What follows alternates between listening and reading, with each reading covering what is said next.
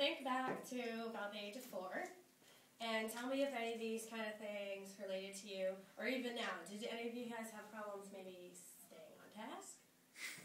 Your hands are good. Maybe didn't listen very well. I didn't know if you were going to get that. Servers everywhere. I don't have any reflux. That's not wrong. How many of you guys are easily distracted or are always kind of on the go or moving? I'm assuming pretty much everybody felt some of these symptoms. I'm going to pass the rest around so I don't kill somebody. You guys can each say it.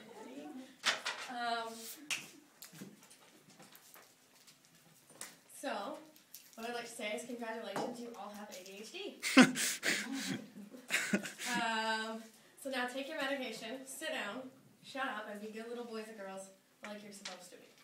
P.S. This pill may stop your heart before your 10th birthday, cause loss of appetite, disturb sleep, and fluttering of emotions, but you're too young and too ill-informed to make that decision for yourself. Good luck with that. Last week, which I guess was a few weeks ago now, because I did actually write this on time, the Academy of Pediatricians lowered the age that can be diagnosed and treated for ADHD, which is attention deficit disorder, as low as 4 years of age. That's preschoolers.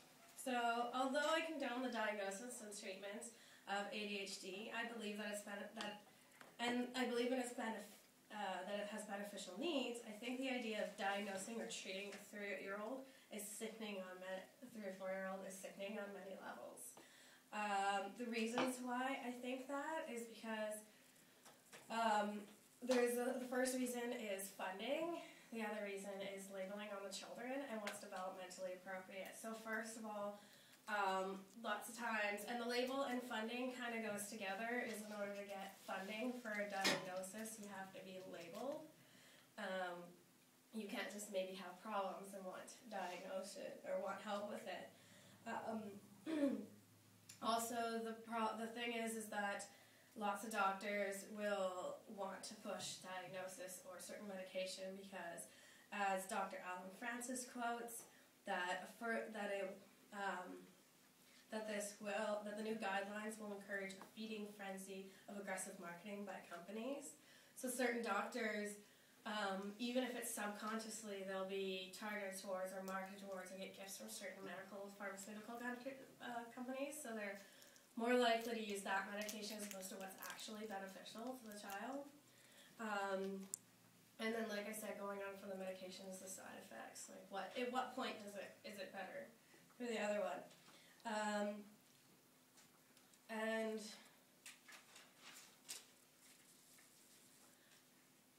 But one of the things that they like to say is, we don't necessarily do pharmaceutical, we do cognitive behavioral therapy, is kind of like the other side of the argument. Although it's been proved that pharmaceutical is actually more beneficial for ADHD than it is to do cognitive behavioral therapy, and the proof of them together actually has had no steady kind of showing for it.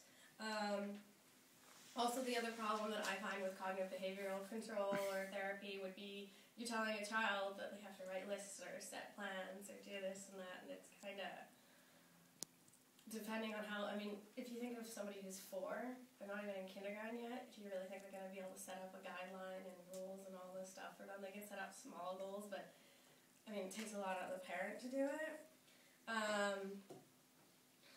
And one of